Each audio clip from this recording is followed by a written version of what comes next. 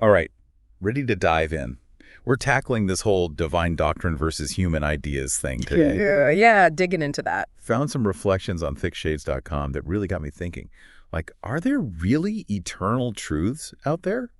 Or is everything just kind of up for grabs? Well, that's the question, isn't it? It's one that's been bugging people for ages, really. And, I think anytime you're comparing different belief systems, it's important to, well, how do I put this? It's like you got to put on your thinking cap, right? Okay. Get critical. Ask yourself, where did these ideas come from in the first place? What makes them so convincing or powerful? And what difference do they actually make in people's lives? I made a really interesting point about those origins, actually. Yeah. Right from the get-go, they're talking about how doctrines from Christ, it's like they're presented as coming straight from God, unchanging. But then they contrast that with what they call doctrines of man. And honestly, it sounds like they're using that phrase to cover any belief system that comes from us. Human experiences, culture, all the stuff that's always in flux, always changing. And that's the core difference, isn't it? Because if the source of your idea is always shifting, it's like a river changing its course. Hard to know if you can really depend on it. Yeah. And that's where they bring up this comparison to a deep wellspring when they talk about the teachings of Christ. Right, that image of a wellspring. It's like it suggests something, I don't know, deeper. More solid, maybe, more reliable even. And it feels like that's where this idea of authority comes into play too. At least that's the vibe I'm getting. Absolutely. You hit the nail on the head. I mean, when the author brings up Matthew 24:35, where Jesus says, "Heaven and earth will pass away, but my words will not pass away." It's like they're highlighting this claim to an authority that goes way beyond like just another human leader or philosopher, you know? It's about putting your trust in something that's presented as unshakable, even if the whole world is going through changes. I get that, and it's kind of appealing, honestly. Yeah. But I got to say, it's also a little intimidating. This whole idea of something being beyond debate, infallibly true. It's like these days we're practically encouraged to question everything. It feels kind of contradictory, It's a tension, that's for sure. It's not that we should shut down inquiry altogether, but maybe it's about acknowledging that some core principles, think of them like bedrock, might exist even within systems of thought that are always evolving. Like, think about scientific laws, right? Our understanding of them, how we explain them, that's changed over time. But the fundamental principles underneath, those seem to hold true. Okay, yeah, I see where you're going with that. Yeah. So are they saying there are similar fundamental principles within the teachings of Christ? Exactly. The author believes those teachings point to truths about us, about human nature, our purpose, our connection to something bigger than ourselves. And they're saying these truths, they're meant to be timeless even as our understanding of them grows. So it's not about every little detail being set in stone, but these larger, almost universal questions that these doctrines try to address. Yeah, exactly. They use this phrase, the deeper eternal questions of the soul. Okay. It's like, what's the point of it all? What's the meaning of life? What happens after we die? Questions that people have been asking forever. And they're saying these are the questions that the doctrines of Christ are trying to answer, trying to give us a framework for understanding it all. Whereas, and maybe I'm oversimplifying here, but when they talk about doctrines that come from human ideas, those seem more focused on the day-to-day, like trying to make sense of our lives in a more practical, immediate kind of way. It's true. They do seem to focus on things like our social structures, how we organize ourselves politically, even just our own personal goals and desires. All important, of course, but often rooted in the here and now, not necessarily eternity. It's almost like even when human ideas try to tackle those big questions, morality, purpose, all of that, it's from a different starting point, a different angle maybe. Now, that is insightful. You've hit on something crucial there. And that difference in perspective, it's what leads us to the next big thing they compare, the impact of these doctrines, how they actually play out in the world. Because they seem pretty convinced that the doctrines of Christ have led to some big changes, not just in how people see themselves, but like whole societies throughout history. Yeah, they use the example of the abolition of slavery to illustrate that, actually. So interesting. Yeah, they argue that the whole movement was really rooted in this Christian idea that every single person, everyone, is created equal in the eyes of God. Everyone deserves dignity and freedom, Wow, the abolition of slavery. Yeah. That's a powerful example. And I mean, it didn't just stay theoretical either, right? It led to actual change, people fighting for a better world. Exactly. And you can kind of see that same drive, that push for positive change in other areas throughout history, too, like the development of hospitals, for example, or all the countless acts of charity that have been inspired by faith. It's hard to deny that the doctrines of Christ have had a real impact on the world. It's like, it's not enough to just, I don't know, believe the right things in your head or whatever. It's about those beliefs actually leading you to do something, to act. Right.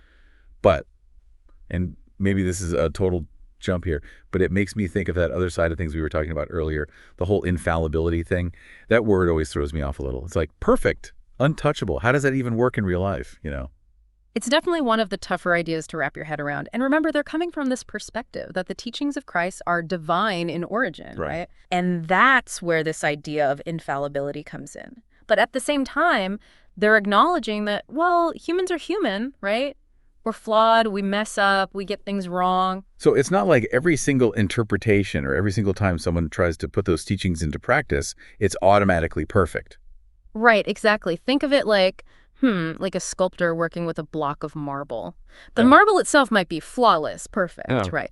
But the sculptor's skill, the tools they use, even just their own personal style, all of that's going to influence how the final sculpture turns out. So it's like the author saying, the teachings themselves, those core principles, those are the flawless marble. But our understanding of them, our attempts to live them out, all of that's influenced by who we are, where we come from, the whole 9 yards. Okay, that actually makes a lot of sense. So it's more about the core principles being true, not necessarily every single human interpretation of them. Exactly. And I think, honestly, the author's kind of wrestling with that tension between faith and reason. Yeah. You know, like, how do you reconcile this idea of absolute truth with the fact that we're all just kind of stumbling around trying to figure things out as we go? Yeah, no, that's a good point. It's a question worth sitting with, for sure. It really is. And, you know, it just struck me this whole time we've been talking about origin and authority and impact. It's been very, I don't know, theoretical. But I noticed towards the end, the author gets really honest about their own, like, personal struggles with these ideas. It's like they're saying, this isn't just some intellectual exercise. It's about my life, how I live, you know? I felt that too, yeah. At the end of the day, all this talk about doctrines, it shouldn't be about proving someone wrong or winning an argument, really. It's got to be about how these beliefs, these ideas, how do they actually translate into our actions, how we treat each other, what kind of world are we building with them. It's about the big picture, you know? It's like that whole actions speak louder than words thing, right? Right. It really is. And, you know, the author seems to be saying that striving to actually live by those doctrines of Christ, it's not like a one-time thing. It's not like you achieve it and then you're done. It's this constant process. Yeah, that makes sense. And let's be honest, life can make it hard to, like, actually live up to those ideals sometimes. For sure. The world throws a lot at us. It's easy to lose sight of the bigger picture when you're just trying to get through the day. I hear that. But honestly, I think that's where this idea that the doctrines of Christ don't really change, that they're solid, you know, that can be really comforting. It can even give you strength. Yeah. Because if you believe those principles are eternal, like they're bigger than any trend or fad or whatever's going on in the world, it's like you have something to hold on to, no matter what. It's like an anchor, right? When everything else is chaotic. That's a great way to put it. And it takes us right back to the core of what we've been talking about this whole time. Are there truths out there that are true for everyone, always? Because that's what the author seems to be saying about the doctrines of Christ, you know? But even if you accept that, even if you're on board with that idea, it still feels tricky, right? Like, how do you navigate a world that's constantly telling you to question everything, to be open to new ideas? It's a tough balance to strike, for sure. Because, I mean, blind faith, just believing something without thinking, that can be just as limiting as refusing to consider anything new, right? So how do we figure out how to do both? How do we hold on to what we believe while also staying open to, I don't know, growth, change, all of that? I think that's where humility comes in, admitting that none of us have it all figured out, that we're all constantly learning and growing and, honestly, probably changing our minds about things sometimes. Which can be scary. It's so much easier to just stick with what, you know, even if it's not really working anymore. Yeah, I think we've all been there. It definitely takes courage to step outside that comfort zone, but that's where the real growth happens, you know, both for us as individuals and for all of us together. I love that. So for everyone listening, I'm really curious, does any of this resonate with you? Have you ever felt that tension between like wanting to hold on to your beliefs, but also being open to new information, new perspectives, new ways of seeing the world. Because I think that's something we all deal with in different ways. I think you're right. And it's something worth talking about, definitely. But before we wrap up, I want to bring this whole conversation full circle, if that makes sense. Yeah, okay. Because we've talked a lot about the differences between, divine doctrine and human ideas, all of that. But for me, it keeps coming back to this question of purpose. Oh, yeah. And the author was very clear about seeing the doctrines of Christ as focused on those big existential questions, right? The things that give our lives meaning. Exactly. And not just meaning, but action, too. It's about how these beliefs can actually inspire us to make the world a better place. But it also brings up a question that I'm not sure even the author has totally figured out. How do we take these timeless principles, these things that have been around for centuries, and actually apply them to the really specific, really urgent challenges we're facing today? Because the world looks a lot different now than it did 2,000 years ago. You got that right. Climate change, social inequality, artificial intelligence. These are things that, weren't exactly on anyone's radar back then. Yeah. So how do we take those ancient teachings and actually turn them into action here in the 21st century? It's kind of a head scratcher, honestly. Yeah. It is. It really is. And I think it requires us to be, I don't know how to describe it. It's like we have to be really grounded in those core values, those timeless principles, but we also have to be really creative in how we express them. It's about finding new ways to live out love, compassion, justice, all of that in systems and structures that honestly people a few generations ago couldn't even have imagined. That's a pretty tall order.